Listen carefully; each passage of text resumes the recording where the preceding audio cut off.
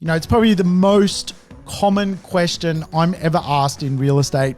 What do you think of XYZ market? What do you think of the Melbourne market? What do you think of the Sydney market? What do you think of the Brisbane market? What do you think of the Perth market? It is a big conversation piece. It's actually almost like the wrong question to ask.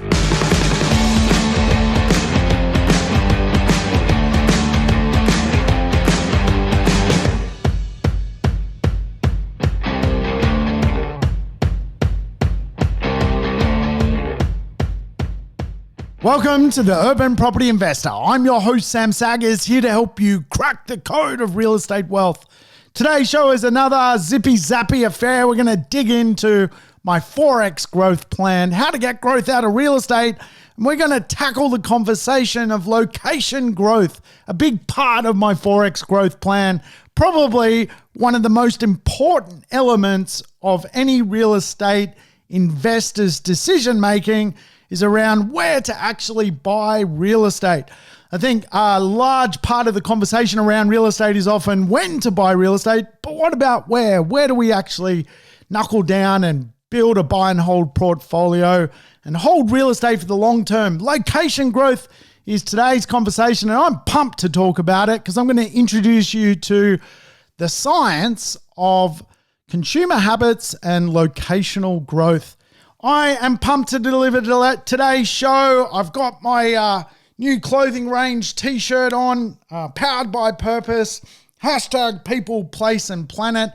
I'm hoping to, one day sell these t-shirts. They're in prototype. So if you're watching on YouTube, you can check out my new clothing range, see what you think, see if you're into the look and feel of fixing people up, fixing up the planet, and of course making beautiful places, which is really what I'm all about. If you don't understand my purpose in life, well, I'm wearing it. I want to make the best places for people to invest in on planet Earth.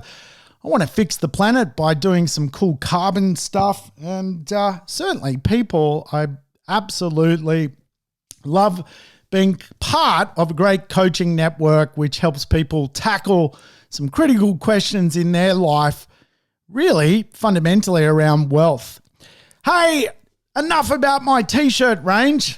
Where I left the conversation last week was around my Gopnik dog. Yes, Rafi, the Gopnik dog, has arrived and we are thrilled to have him. We've got him on a 2-week Gopnik dog trial to see whether he's suitable for our little world. And he's indeed a Gopnik. Yes, he's been nicking things from the house. He's a little thief, like a little Gopnik thief. He runs off with shoes and all sorts of things and tries to hide them, and it's basically a little stealer. Now, why I got a Gopnik dog is a story in itself. I will share it with you. I live in a little enclave, which is a beautiful little pocket in Sydney. And in the area I live, it's a bit of an ostentatious area. People cruise around with Lambos and Porsches and all sorts of things in this neighborhood. So having a Gopnik dog is definitely going to ruffle the feathers, and that is really what my intent is. About 4 years ago, I was cruising with my then dog, Hannah the dog. Now, Hannah the dog was a very, very quiet, well-natured dog. Hannah the dog was a little fox terrier.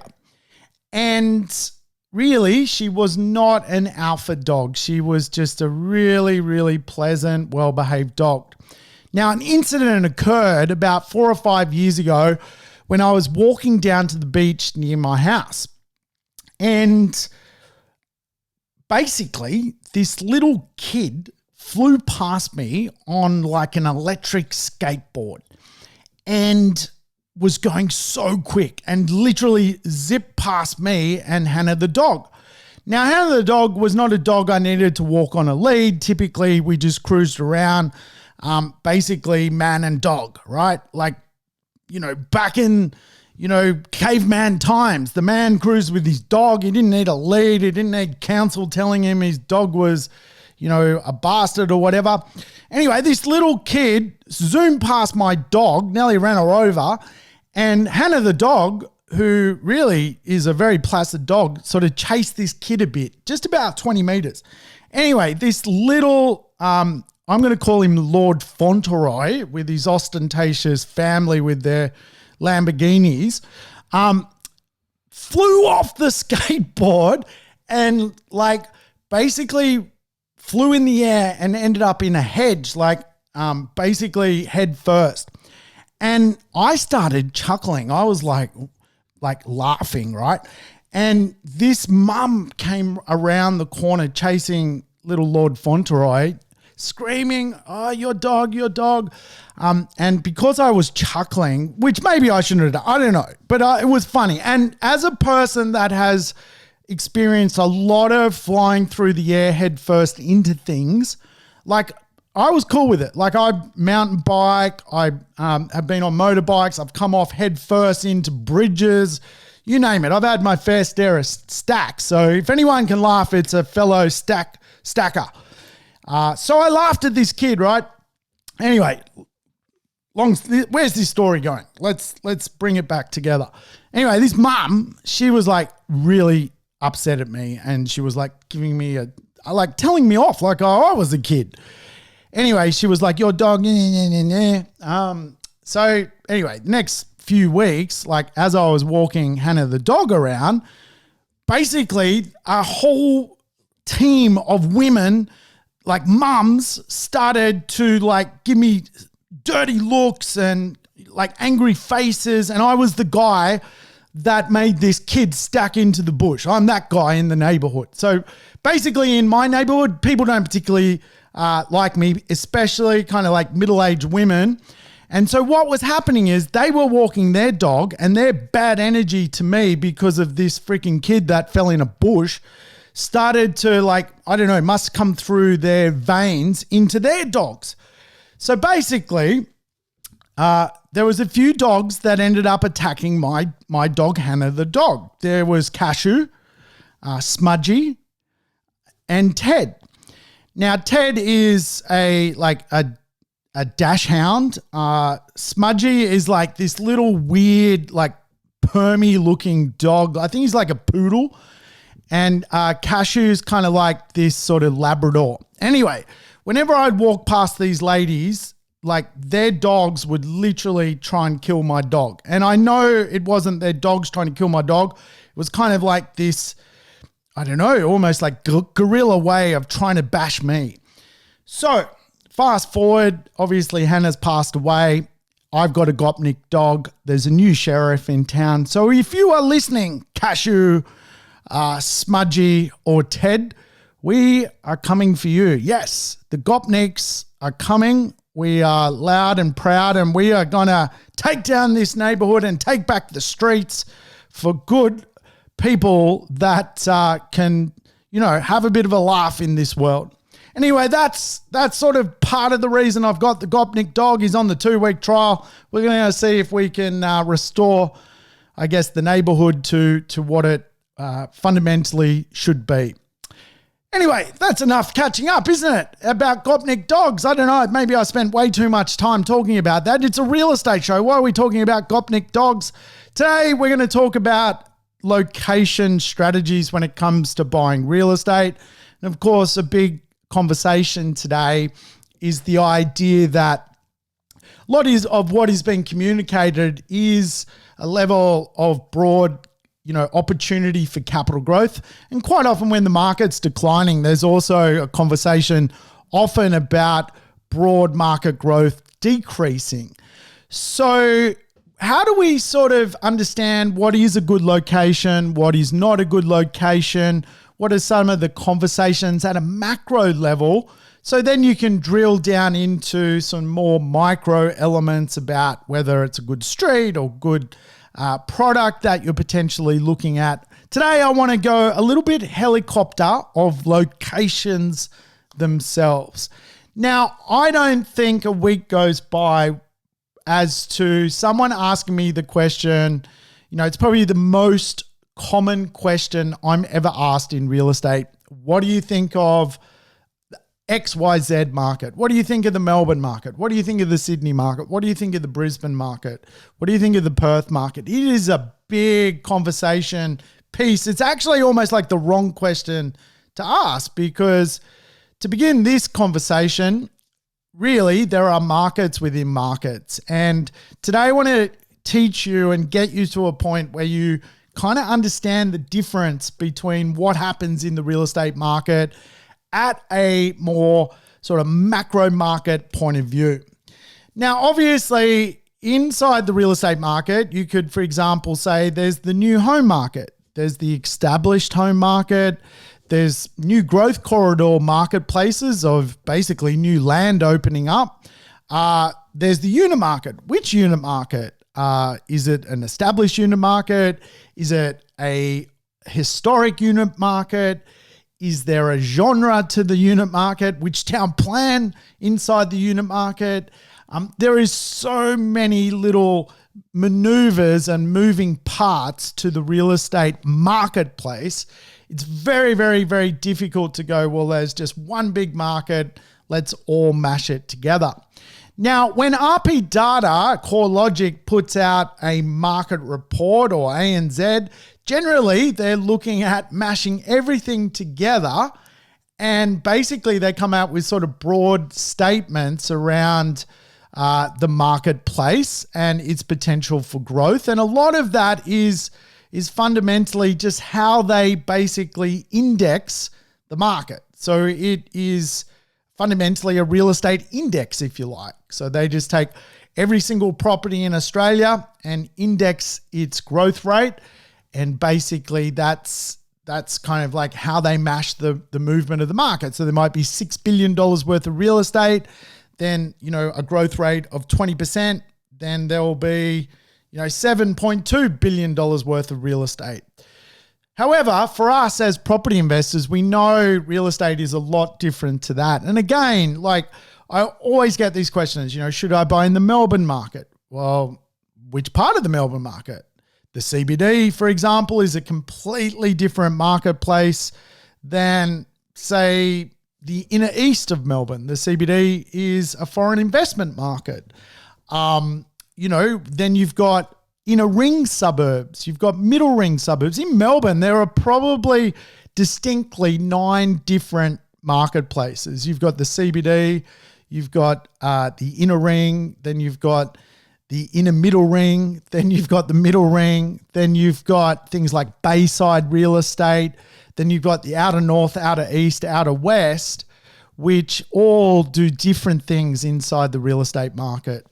So again, this stuff can be a little bit complicated, and I think this is one of the biggest challenges to property investors to understand, well, is the outer east a good place to buy real estate?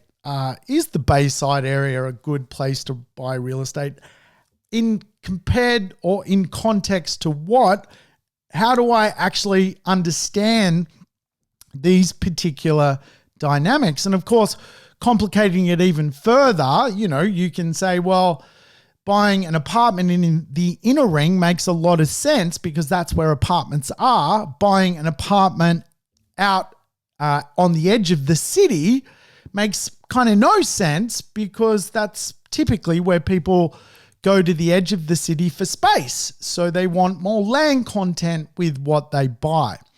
So again, there is this kind of like jigsaw puzzle to put together. We've got to match the pieces together. And when we match the pieces together, we at a broad level can start to define and refine and put down our funnel more opportunities to explore.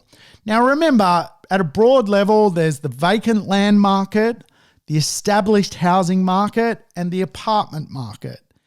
And they are fundamentally just, 3 dynamics which occur in real estate. However, when it comes to location, I like to invest in 5 kind of macro locations. And inside my 4X growth plan, I teach the macro location. So you've got almost like a starting point. So what is the 4X growth plan? Well, if you've never heard my podcast before, you're probably not familiar with the 4X growth plan. So I'm going to remind you, for those people who are long-term listeners, you're probably sick of hearing about the 4X growth plan, but it is a really, really good growth plan. Now, personally, I always teach that property investors need to end up with a few assets. Income producing assets obviously produce income. Income is how we replace our job and then sail off into the sunset to do something. Perhaps our passion project, like my passion project at the moment, is clothing. I want to get into making the world actually clothed better when it comes to what they stand for. In fact, my theory is when I meet someone, I want to give them my clothing. I want to say, this is what I stand for. This is my purpose. Please wear my purpose on your body. It's like clothing art. Anyway, the 5 locations I love speaking about in real estate are in this kind of 4X growth plan. And when it comes to the 4X growth plan, I think you've got to go one layer up and go, well, I want to own 3, 4, 5 properties. I want diversity. I teach the 5 properties in 5 cities strategy that you can own, different types of real estate in different marketplaces. And typically when one marketplace is slowing down, potentially you've got an asset diversified so that it continues to rise. So as we know right now, if you've got 5 properties in 5 cities, right now, most of them are probably going up in value because most places are actually going up in value at the moment. So the entire Australian marketplace is going up, which is a little bit unusual. Typically, Sydney might go up and then Melbourne will slow down. And then, Perth might go up and Adelaide, then Brisbane. So having a little bit of diversity is not a bad strategy. So then I drill things down from diversity to the 4X growth plan, which is just simple. You've got to have a strategy for buying real estate. And I'll come back and I'll teach you some strategies around buying real estate. Then you've got to have a strategy for locating a property and buying in certain locations and understanding what those locations offer in the context of economics. So today I want to concentrate on that part. Of course, then there is market growth, which is led by quite often market forces in macro and microeconomics. Then there is behavioral growth, and that's where you drill into real estate at a niche level, try and understand if it's a nice property, it's got really good design features, it's facing the right direction, it's got some good elements to it, right? So we're going to start today's conversation, which we've already started, around this idea of location growth and inside the 4X growth plan, what that actually means. So you can sort of walk away from today's show knowing, 1, I'm taking back the neighborhood with my Gopnik dog, and 2, you know how to sort of assess real estate and go, locationally, I get why this location makes sense to the overall scheme of investing. Now, I think to understand the locations I look at inside of real estate, I don't generally classify locations around, established markets, new markets, growth corridors, unit markets. I go a little bit deeper than that. I know probably from a reporting point of view, core logic and things like that. For example, we'll look at, the inner north, the inner west, inner ring, the middle suburban ring, the outer land ring. They'll look at vacant land, established housing, and the apartment market. But for me, I like to drill down a little bit further than that when it comes to locations. And I like to use what is often referred to as more behavioral economic logic to understand location activity in the marketplace. So we're going to go through 5 of them. These are the 5 that I like to look at inside the real estate marketplace. And when we analyze them, they are a great form of diversity in themselves. So if you simply want to buy 2 or 3 properties in the same marketplace, in other words, the same city, if you want to buy 3 or 4 properties in Sydney, how do you diversify your asset allocation? Well, you can do that through what I'm about to teach you, because it will give you a different lens at understanding real estate. So it's pretty cool. And I want to teach you some new terms so that, again, you can start to comprehend how real estate kind of works. So the first market I want to teach you is what is known as a competition marketplace. Competition marketplace. Oh, but hang on a minute. What about the land market? What about the apartment market? I won't be talking about that because I think that's a load of bullshit. There's, 100,000 apartments. We want to find 1,000 of them that are good. And in that 1,000 of them, we want to find 30 that really stand out. And in that 30, one that's cracking, right? That's why I think really understanding the 4X growth plan will really help you get where you need to go. So the first marketplace I always teach people is known as a competition marketplace. Competition marketplaces, by the way, are really where most people and most property investors buy in. And there is good and bad bits to competition marketplaces, and I'll explain them to you. Now, the first thing to understand with competition marketplaces, they are driven by price, not lifestyle. Price, not lifestyle. They are actually price-sensitive marketplaces. And the best way to understand competition marketplaces is if you've ever been to a market, a bazaar, Paddy's markets, quite often the same product is available by different merchants. And as such, basically, the only point of difference is price. Competition markets are price-sensitive markets. In a good year, the price can go up. In a tough year, the price will adjust. But when it comes to localized dynamics, there is really nothing that stands out in those marketplaces, albeit price. So, of course, people are shopping on price. And this is a dynamic that property investors need to consider. Because when I explain the 4 other markets to you, you'll start to potentially understand that price doesn't always equal value. And that is the big conversation around real estate. Where is the value? So price-sensitive markets are competition markets.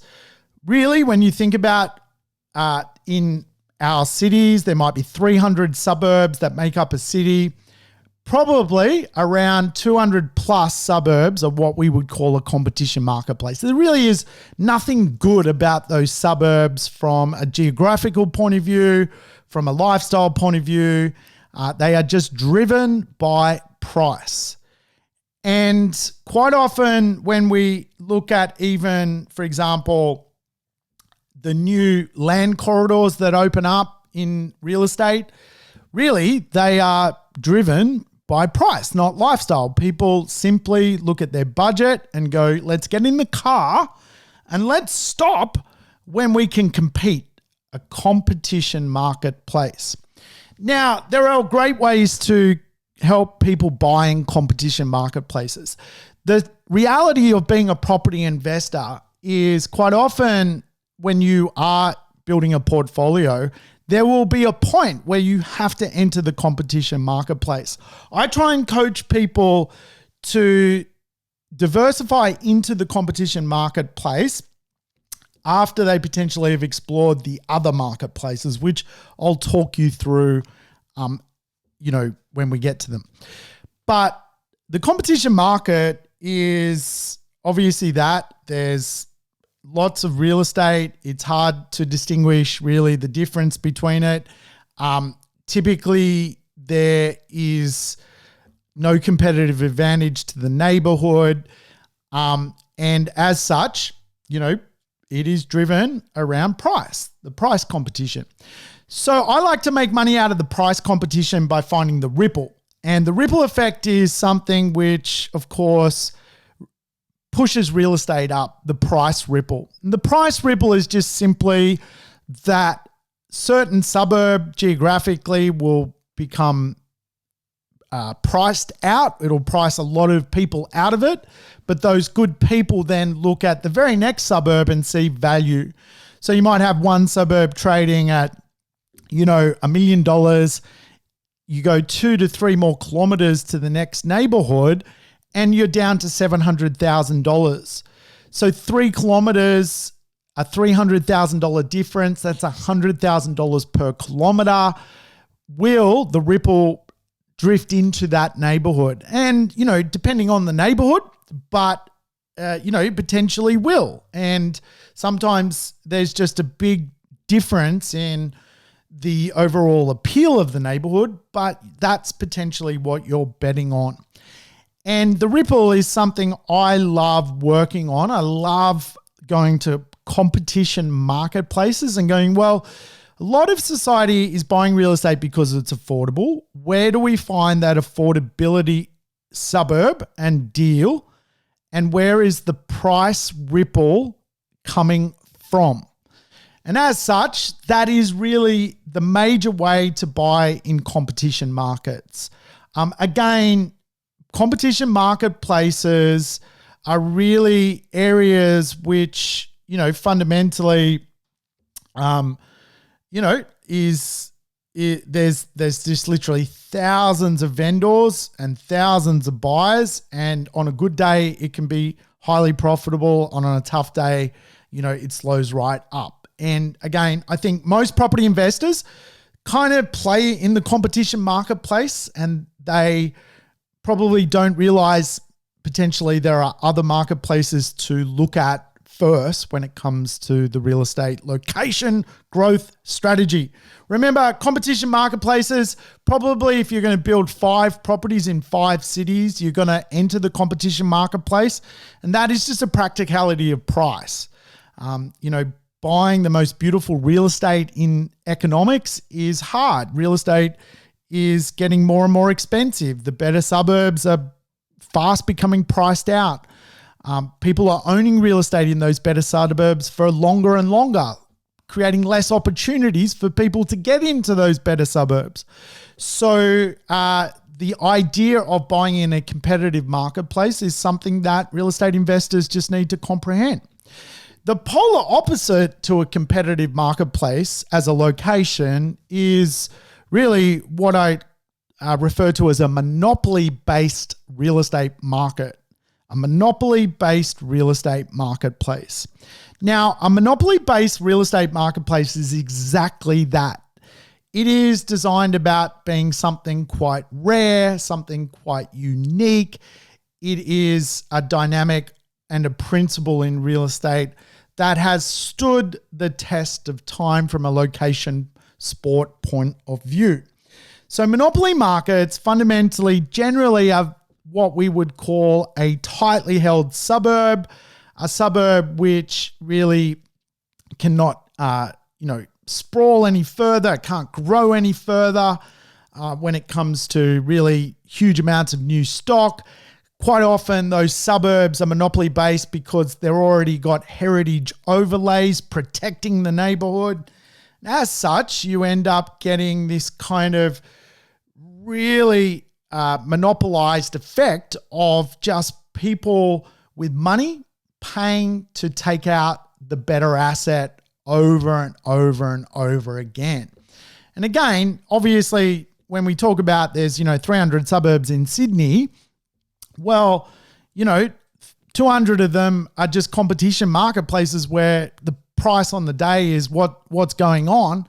Then there's 100 suburbs, which are the polar opposite. They go up in value, but it's not driven by the competition of affordability. It is driven by the competition of almost like getting something unique, monopolized marketplaces. Now, I grew up in Australia's one of Australia's wealthiest suburbs. It's probably a top 5, top 10 suburb in Australia. It's a suburb called Hunters Hill. I grew up at the Woolwich end of Hunters Hill in a toxic street, which I've talked about in my Money Shame episode. If you haven't heard my Chernobyl boy story, go back and listen to that particular podcast, Money Shame.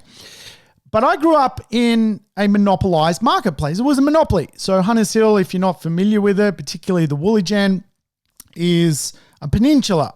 So there is nowhere for it to go. It's surrounded by water. It's like having a moat around it. And as such, the real estate inside that castle, so to speak, of a suburb is a monopoly. It is really rare earth when it comes to real estate. Now, of course, for property investors, buying in Hunters Hill is a pretty hard thing to do, right? Like it's $1 gazillion to buy real estate there, except if you want the toxic land I grew up on. But we still can find these monopoly marketplaces when it comes to a suburb heritage.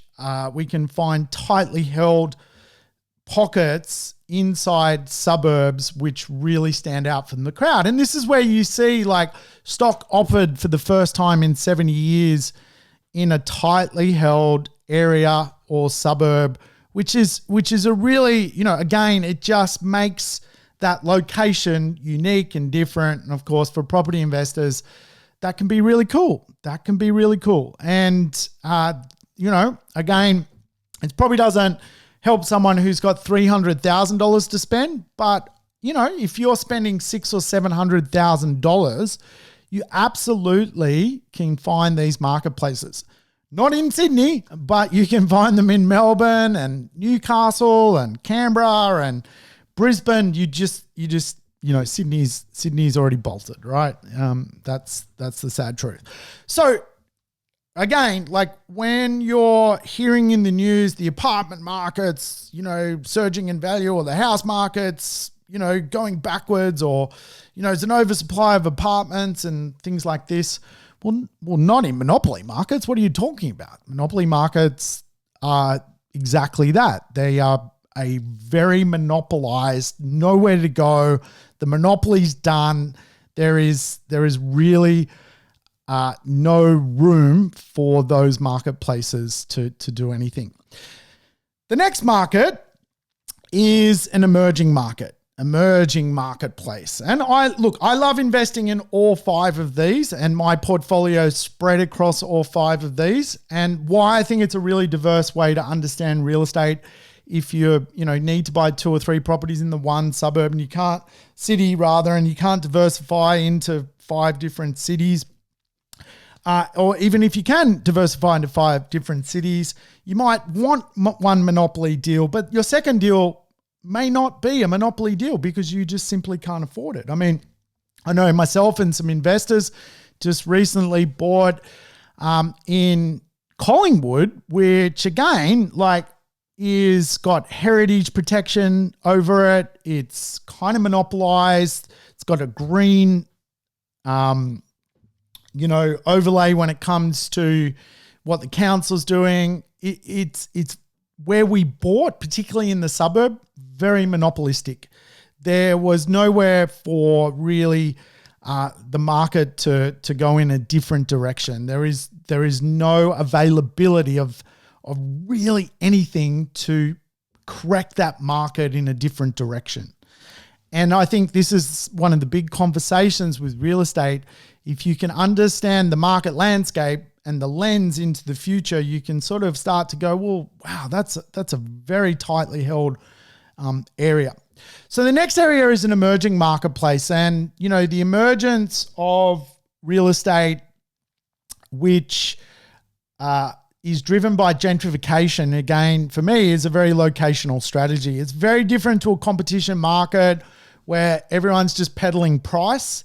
Emerging markets is something that is transforming, and emerging markets driven by gentrification are actually driven by the change of social status. So basically gentrification, and I've done a long podcast on the art form, which is gentrification, is just the idea that an improved social status looks fondly on a location. Now, I teach the gentrification clock. Yes, like a property clock, which you're probably familiar with, where, there's a boom at, 12 o'clock and a bust at 6 o'clock on a traditional analog clock. The gentrification clock is also a process that things go through. Gentrification starts at a grassroots level. It goes through a planning stage. It goes through almost like an intensive renovation stage. It then goes through a stage where the population or social status of a neighborhood begins to morph and change. Local people start to go, you know what? I can't even recognize this place. And we then go into this idea of like a fully transformed area, which is socially amazing. And again, this is where we kind of see areas which could easily be price sensitive or competition marketplaces morphed to become fully transformed high social status neighborhoods. So when it comes to where I look for in real estate, again, emerging or emerged marketplaces is a big part of that conversation. The gentrification story is a big driver of change. And again, the gentry is just a word of a person of higher status. That's what gentry means. That's why the word gentrification is used for real estate. Often we think real estate being gentrified is just, us, painting the house, but actually it is both painting the house, but also someone from a higher wealth status, the gentry, coming to town to buy that real estate and certainly see it as more valuable. So when it comes to gentrification, I teach some quadrants inside the 4X growth plan, inside the location section, that you've got really properties going through different stages of gentrification. So for example, a property which is an ugly duckling suburb, it's really rough, but it could become an absolute diamond, is really early stage gentrification. So quite often the capital growth from social status on a ugly duckling suburb will come much later in its life transformation through gentrification. However, if you, for example, got a suburb which is driven by its brand, its place, it's gentrified, it is really fully transformed. The social status, the elite have already found it, and of course, they then start to pay good money to own real estate there and continue to do so. So a place economic neighborhood, for example, with a brand would be Bondi. Bondi Beach is a famous brand. Byron Bay is a famous brand. Fitzroy is a famous brand. Tenerife, a famous brand when it comes to real estate. Surrey Hills, famous brand. Because they're famous brands when it comes to real estate, they fully transform and fully gentrified. The gentry now fights other gentry to own real estate in those neighborhoods. So gentrification is a great thing. And the later in the cycle of gentrification, in the stages of it, the more you pay for real estate. But it does not mean that you're paying too much for real estate. It simply means the gentry have discovered it, and as such, really is no limit to how much that real estate could be worth. When you're buying the ugly duckling part of the gentrification cycle, the gentry hasn't discovered it. So it means it is an emerging place, and you've just got to put up with that. That is a longer game than, for example, a brand which is discovered. So one's an up-and-coming brand which has no brand value as a suburb at this point. One is a fully brand orientated suburb.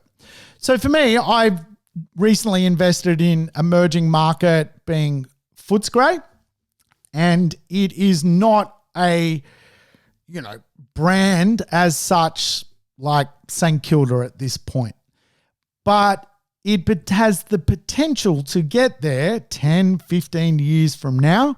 So with my asset in that marketplace, even though it's done really well recently, it is also a bit more of a long-term play. As such, the brand itself, the brand Footscray Melbourne, has a little bit more work to go through to be considered socially elite. And it could take a while, right? So understanding emerging markets to me is a really cool way to discipline yourself when it comes to real estate. Is it a brand suburb? That's cool as well. Can I afford the brand suburb?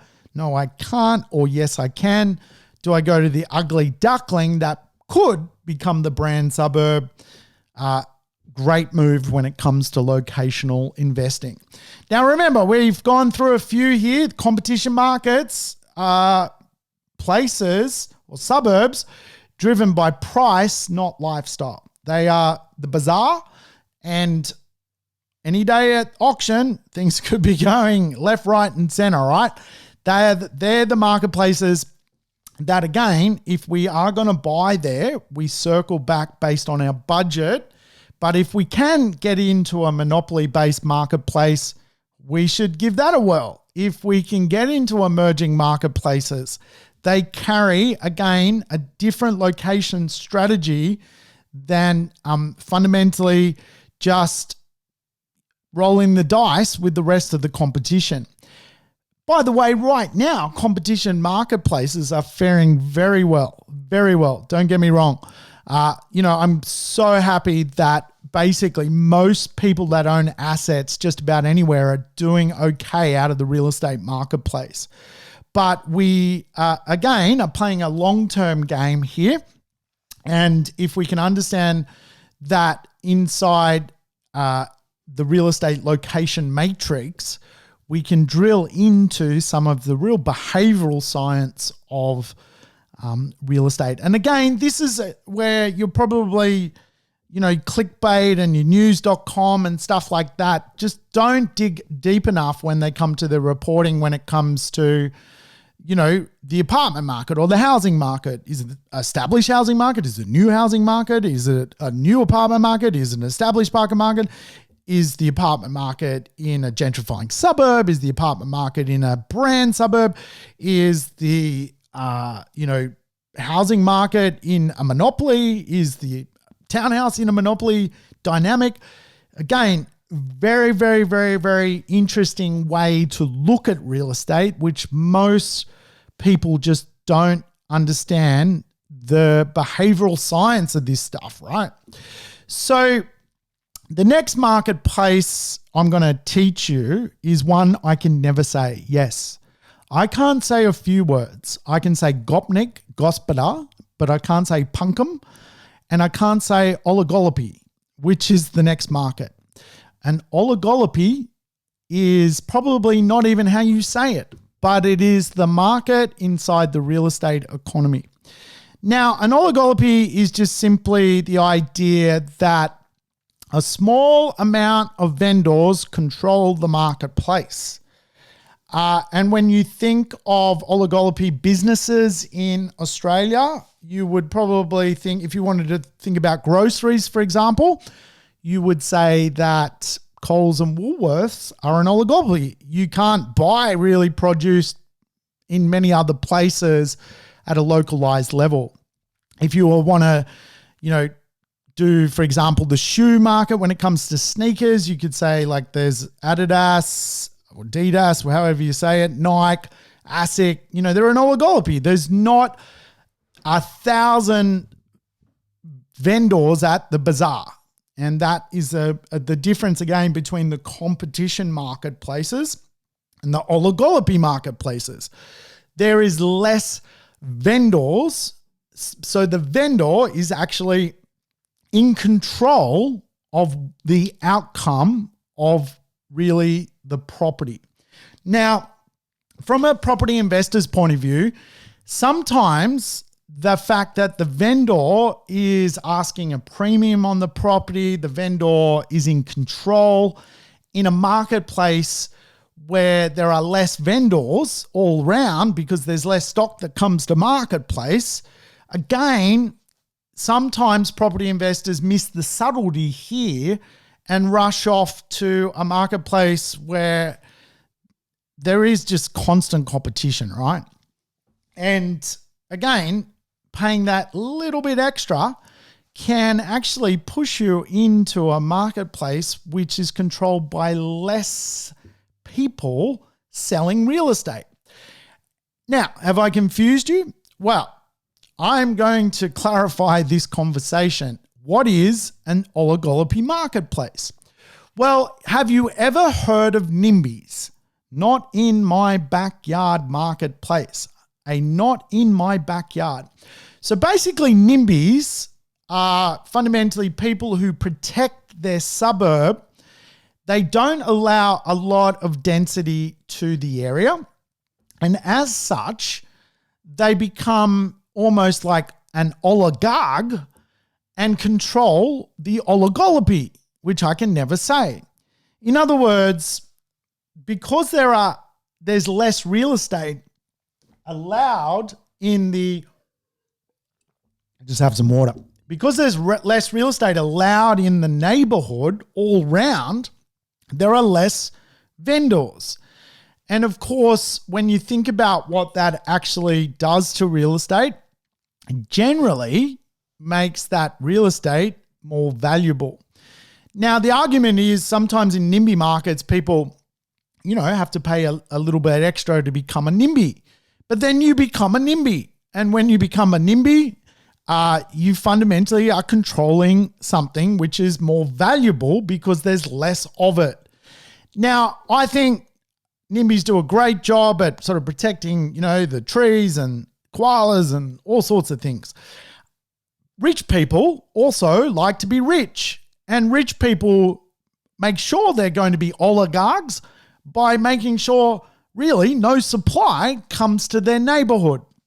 So if you can buy something in an oligopoly, which I can never say, you're going to do really, really well, particularly over the longer term. Now, again, the real estate market's fairly well going up left, right, and center. And the reality is a emerging market is probably performing different to a monopoly-based market right now. A monopoly-based market is performing different, again, to a competitive marketplace, and a competitive market is, again, doing different to an oligopoly market or a NIMBY market, not in my backyard. I won't even use the word oligopoly. I can't even say it. So we've just got to understand, like, if a area which is NIMBY, it has limited supply in its neighborhoods, and it becomes a discretionary wealth area. Now, the NIMBY suburb I always, reference as a good example is Bulimba in Brisbane. It's a really nice little sort of suburb. It's kind of like, like if you're from Sydney listening, it's kind of like a Balmain. If you're from, Melbourne listening, it's kind of like a Williamstown maybe. It's just a tightly held, no supply. If there's a little bit of new stock down there, it's not common.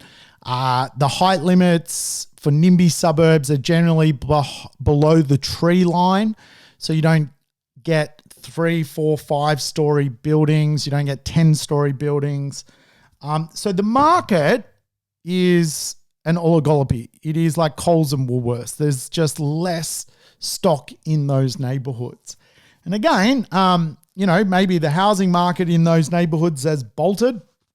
Not always, depending on your budget. Certainly in Brisbane, there is still opportunity to spend $1 million and buy something absolutely incredible in some of the Brisbane-based NIMBY suburbs, which are oligopolies. So you control what's going to happen.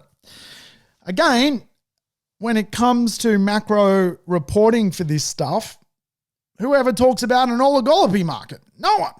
Only me. Because I've been doing this for now my third decade, and I feel like understanding real estate from a behavioral point of view is just so much easier than going, here's an index on growth. Here's the report. Oh my God, I read the financial review. There's going to be 3,000 apartments in Sydney. Well, what does that mean? Like that's got nothing to do with the NIMBYs, right? NIMBYs ain't got one of those 3,000 apartments. That's the reality of it. So again, you just got to understand what it means. Now, there is no right or wrong, by the way. I'm not trying to say one is better than the other. I personally think if you're doing the 5 properties, 5 cities strategy, you should buy one rare earth deal in a monopoly-based marketplace. Your second deal, do a gentrification property. Go for some transformation. If it's your third deal and there's no particular order, do yourself an oligopoly marketplace.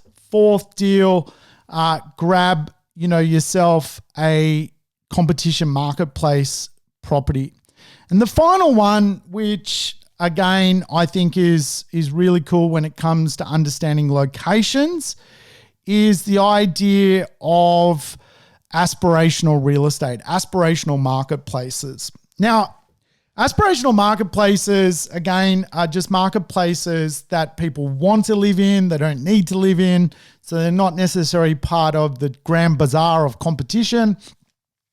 They are basically marketplaces which people aspire to be part of. And as such, when real estate becomes available there's usually someone with a little bit extra money to buy that real estate and fundamentally pay more for it. Now, every single year, a suburb has a conversion of how many properties are put on the marketplace. Some suburbs, a small percentage of stock will come to market. And as such, when it does come to market, again, if it is aspirational, we've got a layer of people who want to, again, climb into that platform. Now, real estate, again, is designed around growth, and growth generally comes from 2 sections. It can come from scarcity, or it can come from what the cost of money is. And right now, we are seeing, obviously, the cost of money drive growth, but scarcity is really much more of a long-term principle of capital growth in the marketplace. So aspirational marketplaces are definitely very scarce marketplaces. I tend to teach them that there are 5 belts that make up aspirational real estate. And those belts are the sand belt. Okay, so a sand belt is fundamentally a neighborhood which is driven by the beach or the lake or, the harbor. It's basically driven by the idea that culturally in Australia, people love living near waterways. So waterways are an aspiration to people. You ask anyone in society, would you like to live near a waterway and be able to use that waterway? Would that be an aspirational thing for you? They would go, yes, that would be great. I hate living where I live. I would love to aspire to live there. Okay, great. Now we realize that inside economics, there are people with more money who will pay more for that ability to take that asset out, aspiration. So the sandbelt's a big driver of aspiration. The next one is the green belt. Yes, urban forests, areas which are green. We often refer to the tree change of people escaping the city for an alpaca and a hobby farm, but actually also inside the city, people want to remain city slickers, but also pick up those areas or live near those areas where there is really good green space or really good cool little urban forest to go for a walk or a run or a mountain bike, things like that. And as such, they are a draw card, again, for aspiration. And as such, people will pay more to be part of that dynamic aspirational market inside the real estate marketplaces. The next one is the school belt. Obviously, sending your two dysfunctional kids to private schools is expensive. You might have gopnik kids. You might have one really good kid that if you spend $50,000 per annum on him, you're going to get a result. You're going to get a return on your investment. That kid's going to win the Nobel Peace Prize. Then you've got the other kid who's a gopnik who's probably getting stoned, stealing things. And you're like, why am I spending this 50 grand on this gopnik kid who steals and smokes weed? Well, the answer to that, if you do not want to spend the horrendous amount of money for private school fees, you can buy real estate in a suburb where the local high school is highly ranked when it comes to its educational score. And as such, those areas become school belts. School belts become aspirational areas for people to own real estate in, because the families and people that have children aspire to be part of that community, and their aspiration is driven through the opportunity to be exclusively allocated to that school zone precinct. School belts. I love finding real estate in school belts, and quite often they can be a little bit expensive.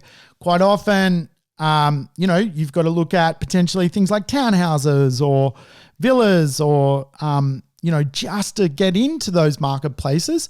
But again, they get this kind of uplift because people are paying for the big 5-bedroom house with a pool a gazillion dollars. And there is an influence in those suburbs pushing values. And obviously, I love suburbs where there is a diversity of real estate, because the dress circle real estate jumps up in value. And then all of a sudden you've got this kind of maneuvers happening at a niche level inside of real estate marketplaces. When some suburbs are, again, just realistically all the same, where is the right side of the road? I don't know where the right side of the road is. But in, again, aspirational suburbs, it's easy to understand, because that suburb has fundamentally probably been trading 150 years already, where the good bits are, where the bad bits are. Humans have already created the desire line for property investors to follow. Again, competition markets, different to NIMBY markets. NIMBY markets are different to aspirational markets. Aspirational markets are different to oligopolies. And oligopolies, which I can never say, but different to monopolies. So there's two other belts. I know the show's getting long, so I'll wind it up soon. The other belt inside the aspiration marketplace is what I call a cultural belt. Cultural belt is just fundamentally that one singular culture dominates a suburb at an affluent level, and as such, more people of that same culture want to live in that suburb, and it drives a aspiration for those people of that culture to want that, in particular, that suburb. Now, a great example in Melbourne is Box Hill, in Sydney, Chatswood. If you're a wealthy person from the Australian Chinese background, aspirationally speaking, you want to live, for the most part, and I'm generalizing, but aspirationally speaking, you probably want to live in Chatswood in Sydney. The reason you want to do that is you feel safe around your culture. You get to be part of the Chinese Australian community. You get to live both the Australian lifestyle and a bit of lifestyle from your heritage, which is cool, right? Everyone in Australia loves the idea of multiculturalism and community, and these aspirational pockets absolutely have performed. In fact, aspirational cultural belts have been one of the highest performing places to own real estate really when measured across the last 20 years. Look at the capital growth of Box Hill. Look at the capital growth of Chatswood. It has been absolutely incredible. And again, some of those aspirational markets now have passed their point where it's a little hard for property investors to play in. So if we can go and find a new aspirational marketplace from a cultural point of view, we can absolutely crack the code of real estate wealth, which is awesome. And the final place, which I talk about a lot, is driven around knowledge. So fundamentally, the idea that certain precincts attract smarter people, and as such, more people who are smart aspire to live in them. And there's some great research out on smarter suburbs performing really, really well when it comes to this aspiration of people wanting to live in those neighborhoods, to culturally be around this kind of idea of smart neighborhoods. And, you know, a good example of that can often be suburbs which are linked to medical or education precincts. They can be great areas for capital growth. You know, Carlton in Melbourne springs to mind. What a awesome suburb that suburb actually is. And again, education and medical, smart suburbs where there's fundamentally more degrees in the suburb, they are areas from an aspirational point of view that you end up seeing people wanting to be part of that culture. And it is an interesting dynamic when it comes to, you know, narrowing the focus on where to invest from a location strategy point of view. Remember, I like to teach there are 5 locations to choose real estate in, and it's not about vacant land. It's not about established housing. It's not about the apartment market. It's about location, location, location. From a macro level, we have 5 places where we can choose real estate.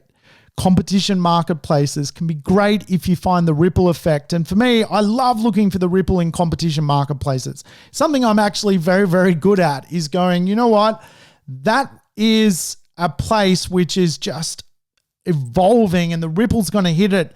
And it is actually going to leave the competition marketplace and become something much better into the future. There's absolutely nothing wrong with buying in a competition marketplace. You've just got to understand what the purpose behind the acquisition is and whether that competition marketplace can actually grow in value and start to stand out from the crowd. A lot of real estate was once a competition marketplace. Don't forget that. Generally, the springboard for a transformation of neighborhood starts at a competition level. Monopoly marketplaces, again, these built out, tightly held areas which there is really nowhere to go are just fantastic areas. I grew up in a competition marketplace. I've probably got more experience than anyone when it comes to, I grew up in a monopoly marketplace. I've probably got more experience than anyone when it comes to the monopoly effect of real estate. I saw it firsthand from literally when I was Chernobyl boy. The amount of money that it generates for wealthy people, incredible. The acceleration of growth, amazing. Emerging marketplaces, I'm a big believer in it. And, you know, big part of that is just the price you can buy and look at a suburb as a rough, ugly duckling and go, well, you know what? I'm prepared to look at this investment over the longer term and watch it absolutely transform. Remember, oligopoly markets and NIMBY markets, they're basically less vendors. As such, you know, they've got a different proposition for people to buy in. Again, you might have to take out another NIMBY to own that real estate. That just means you're going to be an oligarch owning the real estate because you're now a NIMBY, which basically you'll probably end up going, we don't want any more development in our backyard. And of course, aspirational real estate driven by the belts, the school belt, the green belt, the sand belt, the cultural belt, and the smart belt, really what I help people understand. Hey, thanks for tuning in to the Urban Property Investor. I hope you've enjoyed the show, and I will catch you next time on another fun-filled education series around real estate. Let's crack those codes. See you later, folks. Thanks for tuning in to the Urban Property Investor. To never miss an episode, make sure you subscribe to the podcast on your favorite app or on YouTube. And I would love it if you could give the show a rating and share it with your friends and family. In between episodes, you can always keep in touch with me by connecting on social media over Facebook, Instagram, or LinkedIn. Until we meet again on the next episode of The Urban Property Investor, take care and bye for now.